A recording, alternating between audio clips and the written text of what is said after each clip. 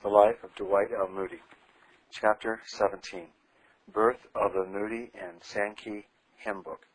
Newcastle was the birthplace of the Moody and Sankey Hymn Book, for it was during this mission that the demand for its publication first became urgent. The hymns and tunes used in the British churches and chapels were not adapted to evangelistic services, and neither Mr. Moody nor Mr. Sankey was familiar with the books in use.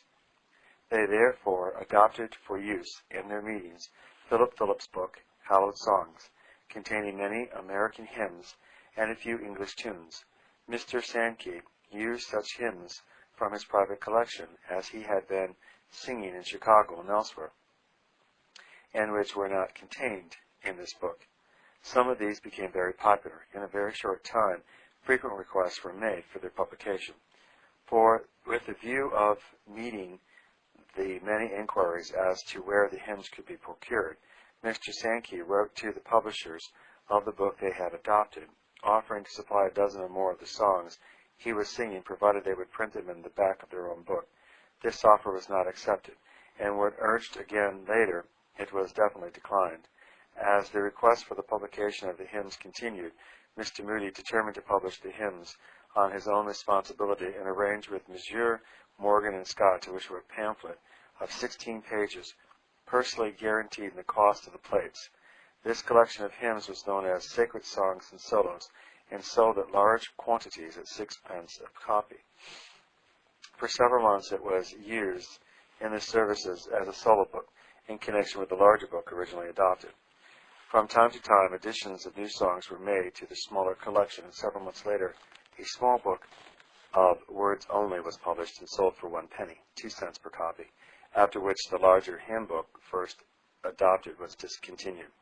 Mr. Moody's faith in the power of sacred songs was fully rewarded, for he lived to see these songs make their way into the hearts of millions of people, and afford the means of establishing and maintaining churches, Christian associations, educational institutions, and biblical schools.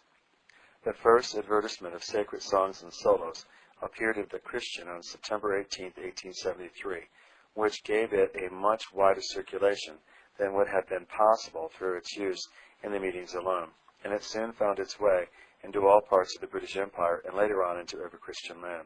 The copyright of the book was not taken out by Mr. Moody or Mr. Sankey, but by the publishers. On reaching Ireland, it was rumored that Mr. Moody was growing rich by the royalties from the hymn books. This he publicly denied, together with other reports of like character, to the effect that P.T. Bonham, the great showman, was behind the whole movement. On the occasion of the visit to London, preparatory to their great meetings held there, Mr. Moody stated in a large public meeting of ministers and others that the royalties from the hymn book, then in the hands of the publishers, together with what might afterwards occur, would be placed in the hands of a committee of well-known businessmen, of which Mr. Hugh M. Madison of London was chairman, whose committee would dispose of the royalties as they saw fit. At the close of the London campaign, and shortly before Moody and Sankey returned to America, the statement of Morgan and Scott, the publisher of the hymn book, showed that the sum standing to the credit of the evangelists was about £7,000, $35,000. Word was sent to the committee that the amount was at their disposal, to be used as they might elect. The committee refused to dispose of the fund for general purposes, asserting that they did not purpose to have Mr. Moody pay this large sum for the privilege of preaching in London. Mr. Moody's church in Chicago had been only partly rebuilt after the fire, for owing to the panic which followed in 1873-74, a good portion of the pledges made for its erection had grown worthless, and the work stopped with the completion of the first story only. A temporary roof had been placed over this, however, and services had been held here while Mr. Moody was abroad. A friend from Chicago who was interested in the church was in London at this time, and hearing that there was no one who would take the hymn book money, he suggested to the committee that it be forwarded to Chicago to complete that building. This suggestion was adopted. The money paid over in the splendid edifice at Chicago Avenue and LaSalle Street, which has been a center of spiritual activity for more than 25 years, was completed and dedicated free of debt. While Mr. Moody and Mr. Sankey were abroad, P.P. Bliss who was then associated with Major D. W. Whittle in evangelistic work, brought out for use in their meetings a small volume of hymns and tunes under the title of Gospel Songs, mostly of Mr. Bliss' composition. When Mr. Moody returned to America in August 1875, it became necessary to arrange for the publication of a new collection of hymns, composed largely of those which had been in use abroad. It was decided to unite in making the book, and after some discussion as to name it, the title Gospel Hymns and Sacred Songs was adopted. The first book became very popular, and a large number was sold during the great meetings held in Philadelphia, New York, Chicago, and Boston. Since Mr. Bliss, Mr. Sankey, and Mr. McGanahan, Mr. Stebbins, and others continued writing new hymns and tunes as Mr. Moody's work went on, it was natural that there should be subsequent compilation, and Gospel Hymns number 1 was followed by number 2, 3, 4, 5, and 6. The royalties from these books were at first paid over to a committee of prominent businessmen of Philadelphia, Chicago, and New York, of which William E. Dodge, of the last named city, was chairman, and were distributed by them for the benefit of religion, philanthropic, and educational purposes in many parts of the United States. At Northfield East Hall, a dormitory of the Young Ladies Seminary, and Stone Hall, a recitation hall of the same institution, together with the recitation hall at Mount Hermon, were erected from this fund. At the present time, all royalties are paid directly to the trustees of the schools of Northfield and Mount Hermon. The following statement from Mr. Dodge, chairman of the American Trustees, is of special interest in this connection. Mr. Moody was greatly pained when in Great Britain to find that those who were opposed to the new religious life had circulated reports that large sums of money were made from royalties in the hymn book, and that the meetings were really carried out for the purpose of selling it, thus increasing the income of those conducting them. On his return to America, before visiting the great cities of the country, he felt the need of a book of hymns and tunes adapted to their use here, and determined to arrange its publication so as to avoid all possible criticism. He invited me to visit Northfield to confer with him on this subject, where he felt to be of great importance. I met there Mr. Sankey and Mr. Bliss, and found a most delightful and unusual spirit of Christian self-sacrifice on their part. They were willing to contribute their own hymns and tunes and copyrights which they held, and joined with Mr. Moody in giving up all possible claim to any benefits which might arise from the publication. Mr. Moody urged me to act as a trustee, to arrange with the publishers for a royalty, and to receive any money which might come from this source and distribute it at my discretion for religious and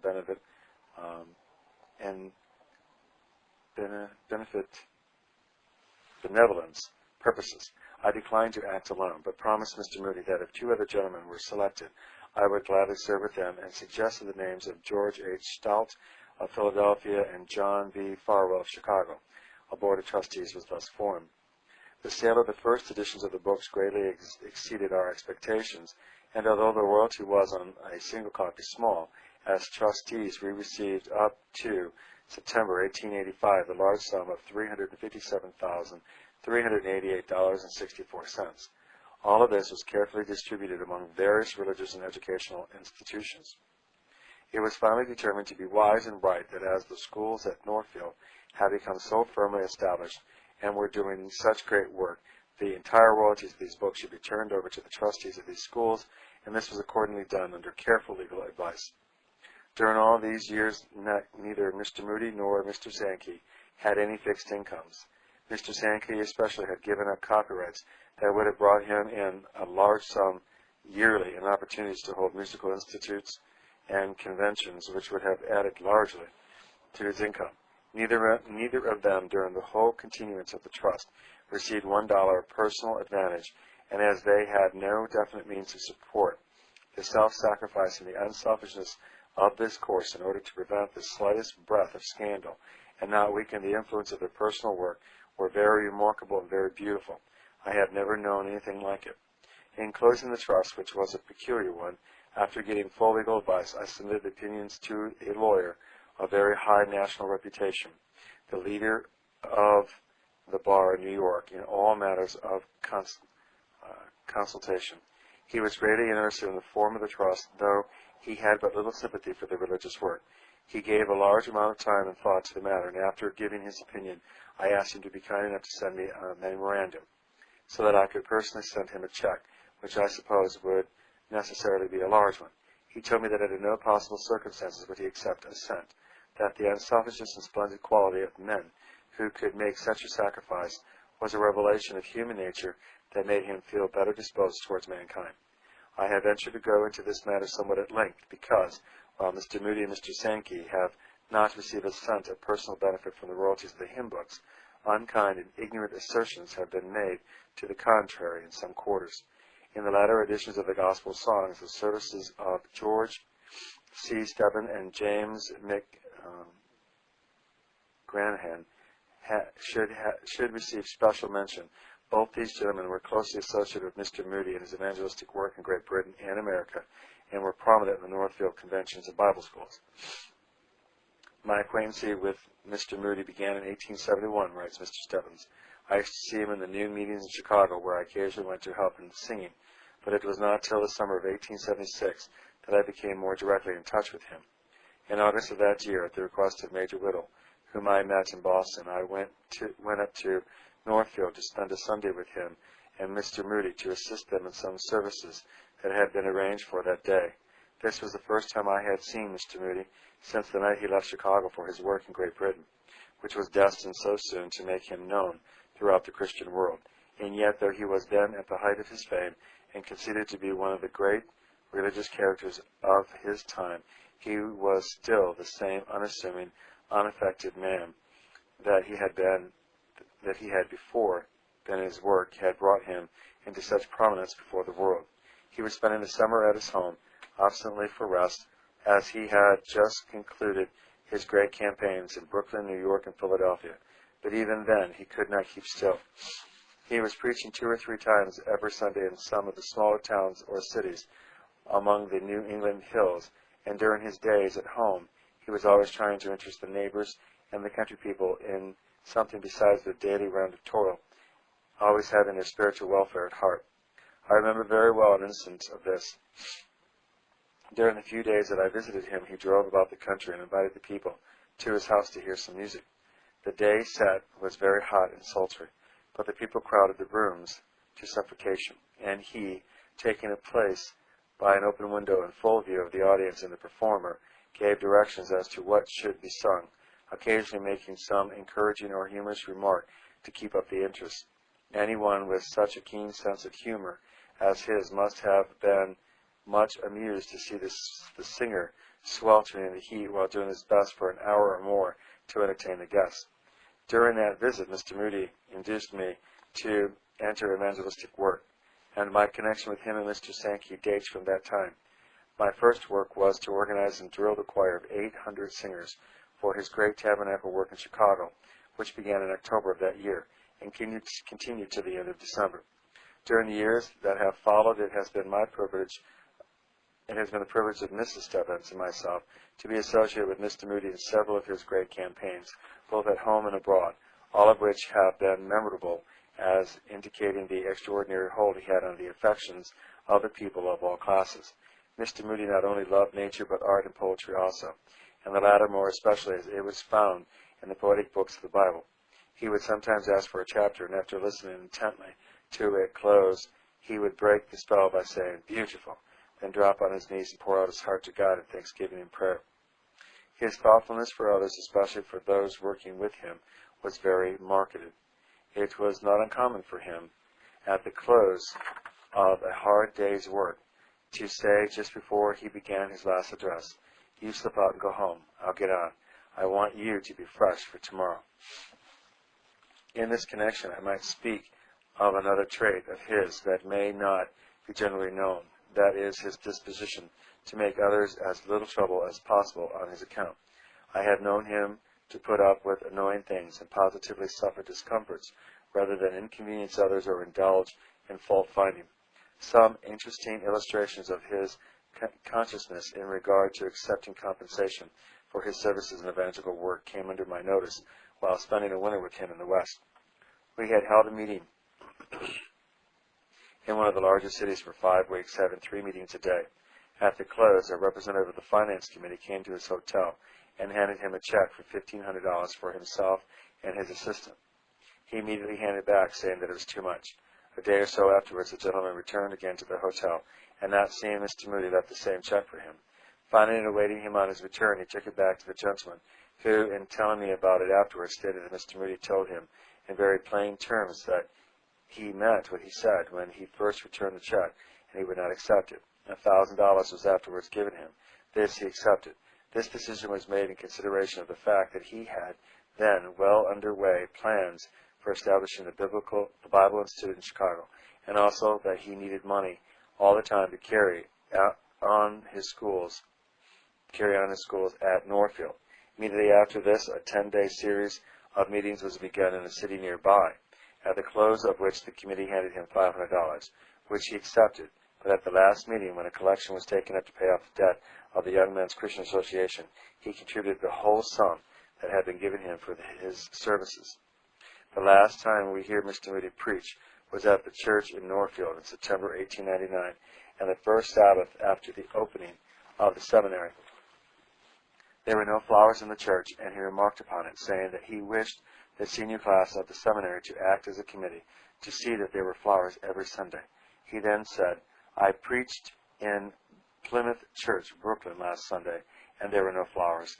One of the papers said that the next day that the unusual flowers were omitted from the pulpit because it was understood Mr. Moody did not like flowers. Turning to me, he said, "Stebbins, I tell you then, when you go back to Brooklyn, how I love flowers." Mr. and Mrs.